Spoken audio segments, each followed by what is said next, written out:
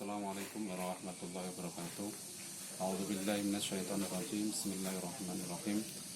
Alhamdulillahirabbil alamin. Assalatu wassalamu ala asrofil anbiya'i wal mursalin wa ala alihi wa ashabihi ajma'in. Rabbi shrahli sadri wa yassir li amri wahlul 'uqdatam min lisani qawli. Rabbana la ilma lana illa ma 'allamtana innaka antal hakim. Qala ta'ala fi Qur'anil Karim. A'udzubillahi minasyaitonirrajim. Bismillahirrahmanirrahim. Innallaha yuhibbut tawwabin wa yuhibbul mutatahhirin. Al-ayat. Para pemirsa kaum muslimin rahimakumullah, pada kesempatan kali ini kita akan belajar bersuci, yaitu dengan berwudu menggunakan air sedikit. Namun sebelum itu perlu kita ketahui bersama bahwa bersuci itu adalah pengertiannya menghilangkan dari segala kotoran atau najis yang disebabkan oleh beberapa hal. Oleh karena itu, karena wudu ini menjadi syarat sahnya sholat, maka perlu dihilangkan. Namun sebelum itu harus diketahui bahwa apa saja yang bisa digunakan untuk bersuci. Yang digunakan bersuci adalah air, kemudian batu atau debu. Nah, untuk berwudu sendiri harus menggunakan air. Oleh karena itu harus dimengerti adanya macam-macam air yang bisa digunakan untuk berwudu. Nah, pembagian air itu ada 4. Pertama, air suci dan mensucikan. Yang kedua, air suci tapi tidak mensucikan. Kemudian yang ketiga adalah air mutanajis. Yang keempat adalah air makruh.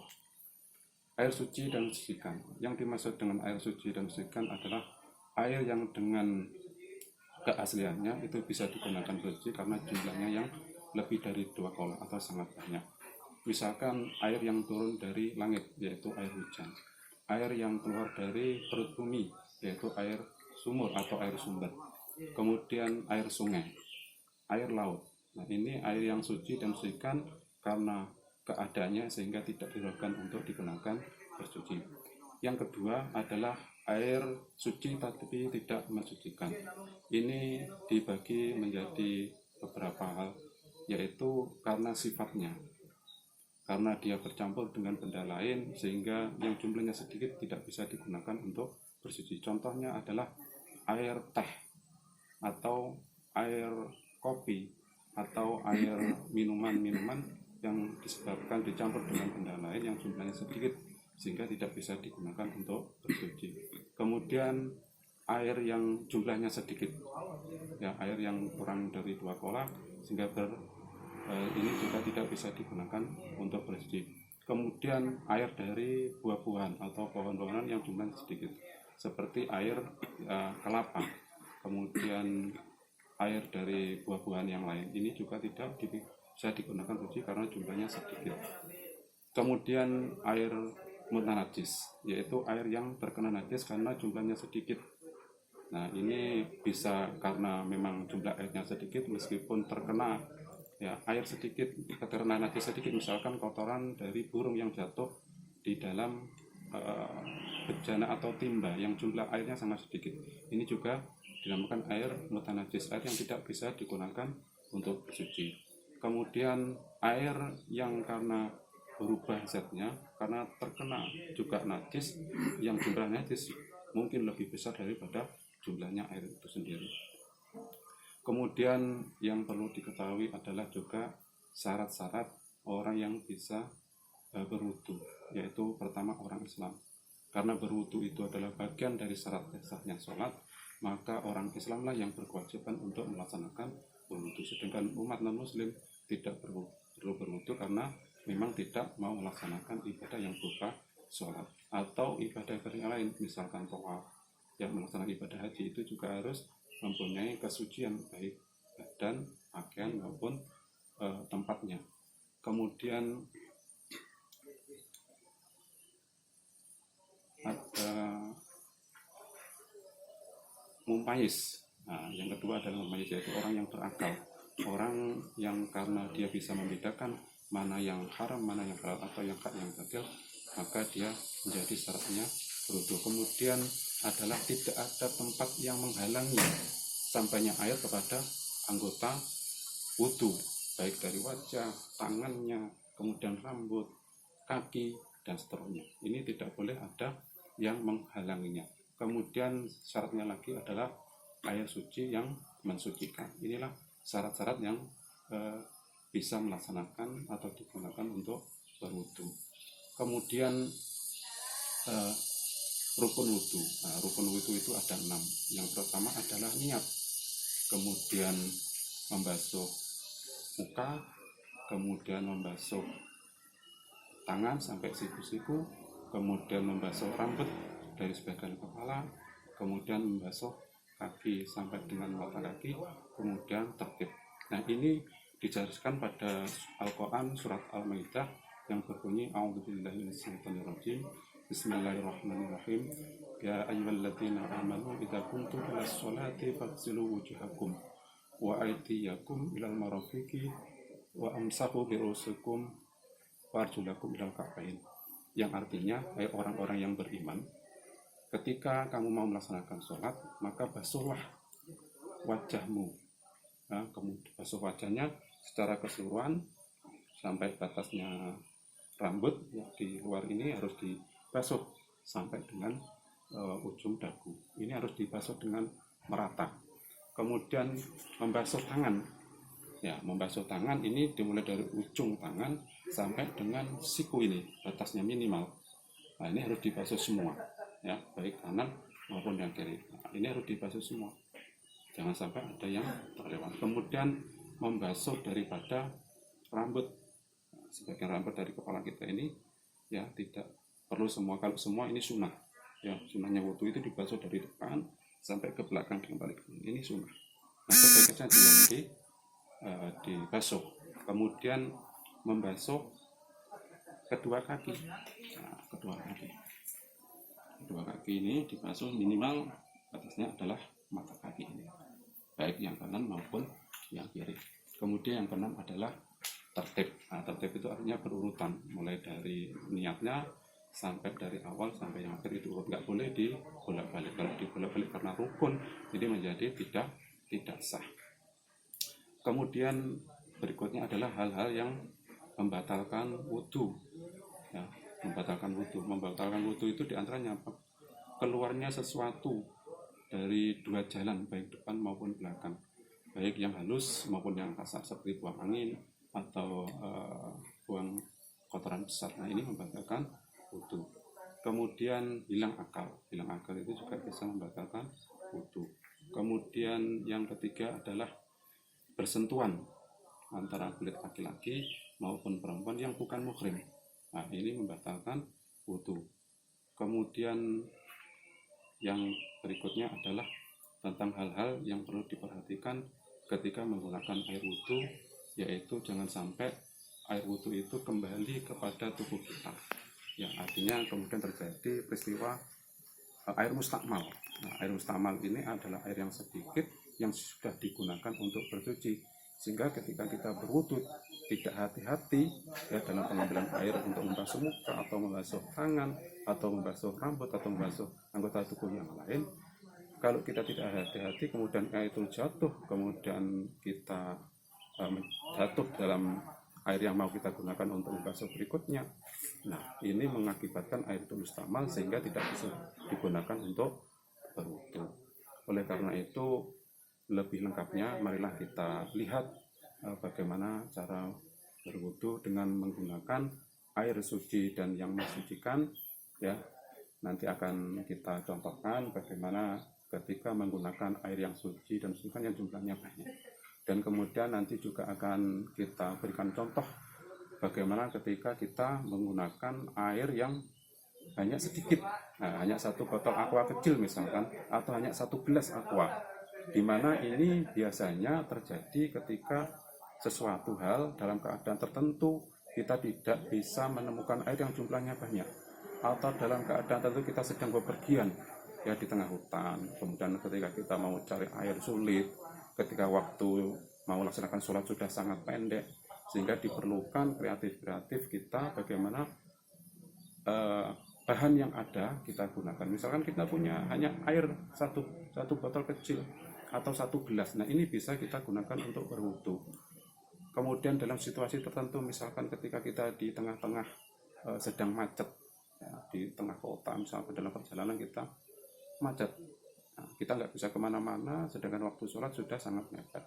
Nah kebetulan kita hanya punya air sedikit, nah ini bisa kita gunakan bersuci. Nah nanti akan kita berikan contohnya supaya ketika dalam posisi apapun, dalam keadaan apapun, kita tidak meninggalkan daripada ibadah wajib yaitu sholat fardu. Nah bisa melaksanakan sholat wajib atau sholat fardu ini ketika kita dalam keadaan suci. Nah keadaan dalam suci syaratnya sah, yang sholat adalah salah satunya yaitu punya wudhu. Nah lebih jelasnya mari kita lihat bagaimana berwudhu dengan baik dan benar.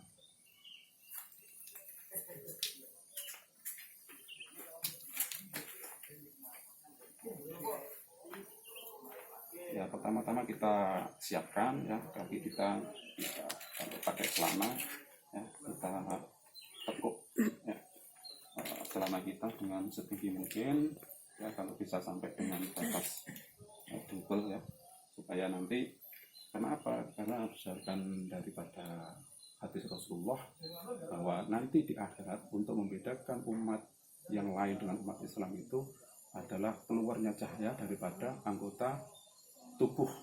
Nah, bagaimana cahaya itu keluar? Cahaya itu keluar ketika orang-orang itu ketika hidup di dunia itu mempunyai wudhu. Nah, ini disabdakan oleh Rasulullah, maka nanti umat Islam ya ketika di akhirat itu akan keluar cahayanya dari anggota tubuh, dari anggota wudhu ketika dia hidup. Kalau nggak pernah berwudhu ya nanti tidak akan pernah muncul cahaya di akhir. Nah, ini cahaya ini nanti bisa menjadi penerang ya, bagi kita untuk bisa menuju jalan yang sudah dijadikan oleh Allah Subhanahu wa Ta'ala.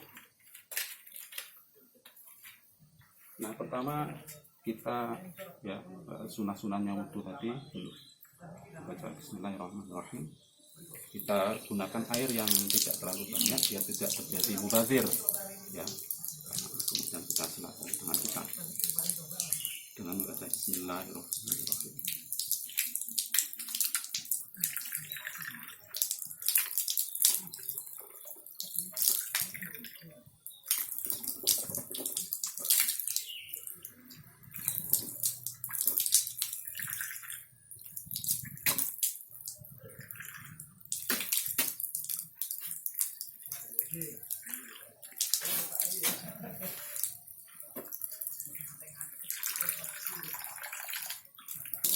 Itu wa'irufil hadasin asmari fadlillah ta'ala.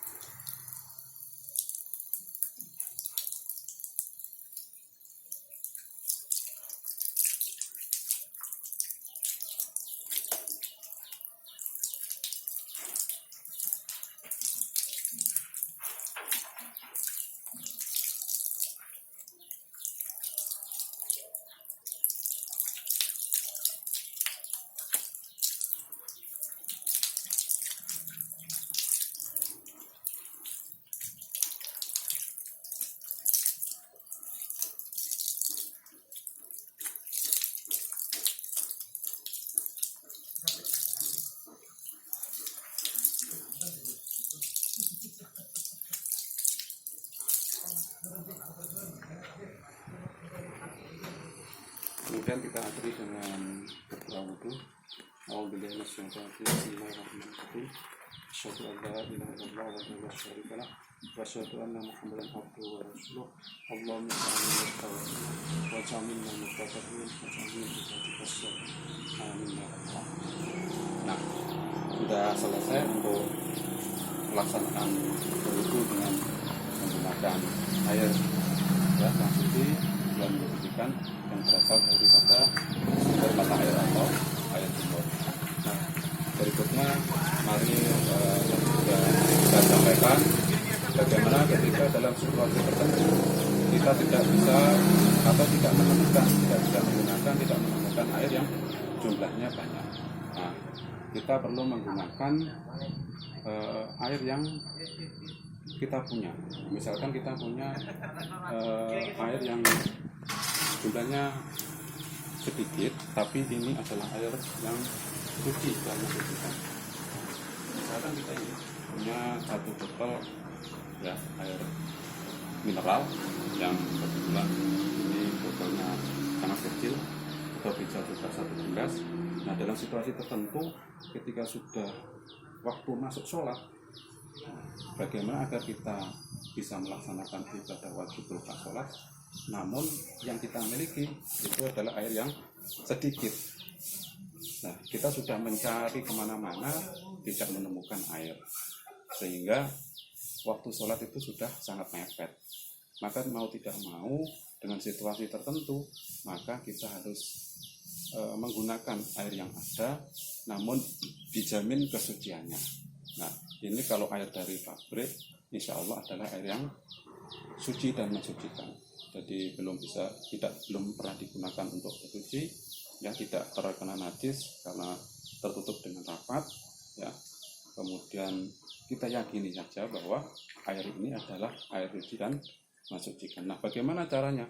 Ketika kita hanya punya air sedikit ini, kemudian kita bisa berwudu dengan baik, ya, dengan maksimal memenuhi daripada syarat untuk melaksanakan ibadah sholat atau ibadah-ibadah yang lain seperti membaca Al-Quran misalkan, atau ketika kita mau tawaf, ya, melaksanakan ibadah haji. Nah, kalau kita hanya seperti ini, bagaimana caranya? Nah, tentu kita nggak akan basuh secara keseluruhan, artinya sunat-sunatnya wudu misalkan tadi ya, membasuh sampai 3 kali. Nah, kita nggak perlu menggunakan itu semua. Kita gunakan air ini semaksimal mungkin, ya. Misalkan sunahnya wudu misalkan berkumur, kita nggak perlu berkumur, ya, karena kalau digunakan berkumur tentu air ini akan habis. Misalkan lagi menghirup, ya, air ke hidung, nah ini juga tidak bisa kita lakukan karena jumlah airnya sedikit, tentu kayak ini akan habis. Kemudian membasuh telinga, nah, membasuh 3 kali. Nah, membasuh 3 kali itu kan sunnah. Nah, rukunnya mana ya? Rukunnya yang 4 tadi, ya, rukun wudu yang seperti diterangkan dalam surat Al-Maidah ayat yang tadi itu kan ada 4 yang perlu dibasuh, yaitu adalah muka, ya, kemudian tangan, kemudian rambut, ya. Rambut itu boleh yang di sini atau yang di sini. Tadi saya ketika mencontohkan wudu, ya, dengan air itu menggunakan yang sebelah sini sambil, ya, gosok-gosok telinga. Nah, itu kalau memang di sini karena, ya, eman-eman, ya, rambutnya sudah bagus, nah ini nggak perlu yang di sini juga boleh, ya, sebelah sini atau sebelahnya telinga atau di belakang, ini juga tidak apa-apa. Yang penting adalah rambut daripada yang ada di kepala, ya, di kepala atas ini. Nah, ini yang perlu kita perhatikan, ya. Jadi para pemirsa sekalian, bisa dimanapun menggunakan, ya, yang penting syaratnya adalah air suci yang mensucikan. Nah, mari kita saksikan bagaimana caranya menggunakan air yang sedikit tapi kita bisa melaksanakan ibadah sholat, ya, kita bisa melaksanakan ibadah yang lain, kemudian kita juga bisa bersuci dengan menggunakan air yang sedikit ini, yaitu dengan cara berwudu menggunakan air yang jumlahnya sedikit, 1 botol, ya, kecil atau mungkin 1 gelas. Nah, tinggal para pemirsa sendiri bagaimana mengalami kondisi itu. Andai kan botolnya lebih tinggi, lebih banyak, tidak ada masalah. Nah, kita contohkan ini adalah air yang kecil, ya, air yang botol kecil. Nah, kita bisa praktekkan. Mari kita lihat bersama-sama bagaimana berwudu dengan menggunakan air yang sedikit. Pertama-tama ya kita buka dulu, kita buka botolnya. Tetap ya sunahnya wudu baca Bismillahirrahmanirrahim. Kita ambil airnya sedikit.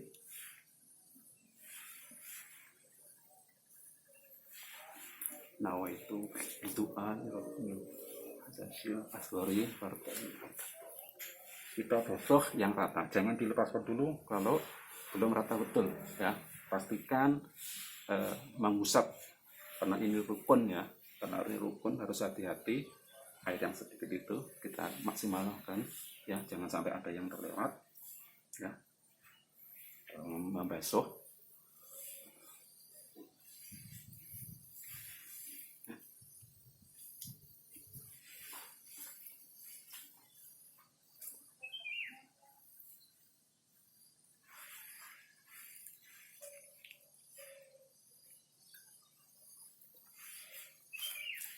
Kita gunakan untuk tangan kanan kita, ya. Dibasuh yang rata, jangan sampai ada yang terlewat, karena terlewat sedikit pun, ya, anggota rukun ini, ya, meskipun hanya setitik, ya, setitik jarum atau setitik benang, setitik paku dan seterusnya, maka ini menyebabkan tidak sah wudu kita. Kalau wudu kita tidak sah, maka tentu sholat kita juga tidak sah. Maka ya harus dengan hati-hati kita basuh. Ini yang sebelah kanan dulu kita basuh. Kalau sudah merata, nah, kemudian kita lanjutkan ke anggota yang sebelah kiri.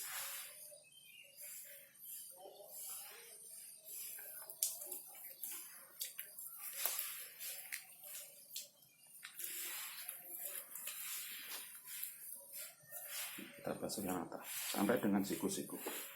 Nah, ini rukun, ini wajib.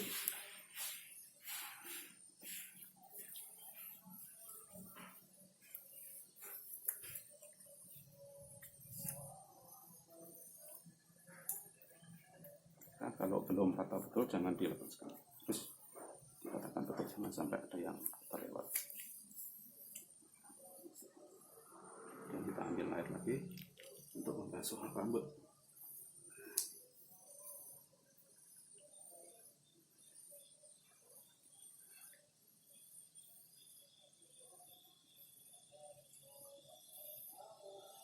Kita membasuh kaki. Rukunnya kan hanya sampai mata kaki. Kita basuh, ya, basuh kaki kita. Sela-sela ini biasanya terlewat. Ini karena kita menggunakan air yang sedikit, nah, kita harus pastikan semuanya rata. Di belakang mata kaki ini biasanya terlewat. Nah, kita basuh secara keseluruhan.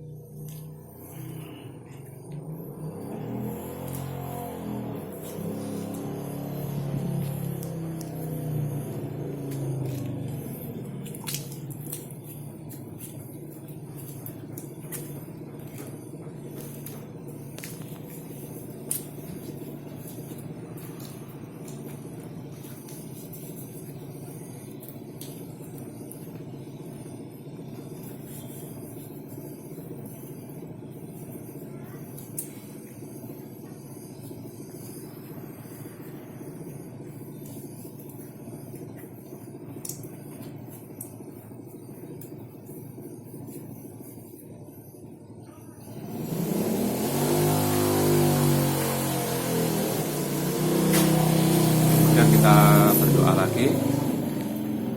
Bismillahirrahmanirrahim. Asyhadu an la ilaha illallah wa la syarika lah wa asyhadu anna Muhammadan abduhu wa rasuluh. Allahumma ja'alni minat tawabin wa ja'alni minat tahirin wa ja'alni min ibadikas sholihin. Selesai. Nah, ternyata airnya masih banyak. Jadi kita nggak khawatir ketika misalkan jumlah airnya sedikit, kemudian kita kehabisan air, kemudian nggak bisa minum dan seterusnya. Ternyata ini hanya terus, ya, ini batasnya tadi penuh, sekarang misalnya sedikit sekali yang kita gunakan. Nah, oleh karena itu jangan salah ya, jangan salah, kemudian jangan beralasan nggak ada air, kemudian kita nggak bisa berwudu, ya kita nggak menjalankan sholat. Nah, jangan sampai terjadi. Nah, ini caranya ketika kita dalam situasi tertentu kita nggak bisa menemukan air yang banyak, kita hanya punya air sedikit. Ternyata satu botol kecil, nah, ini tidak hampir tidak terpakai, hanya terpakai sedikit. Nah, inilah bagaimana caranya kita berwudu ya dengan menggunakan air sedikit. Pemirsa yang dirahmati oleh Allah, ya demikian. Semoga ini bisa menjadi pelajaran bagi kita semua. Semoga bermanfaat. Ya, saya akhiri. Terima kasih. Ihdinas siratal mustaqim. Wallahu muwaffiq ila aqwamit thoriq. Wassalamualaikum warahmatullahi wabarakatuh.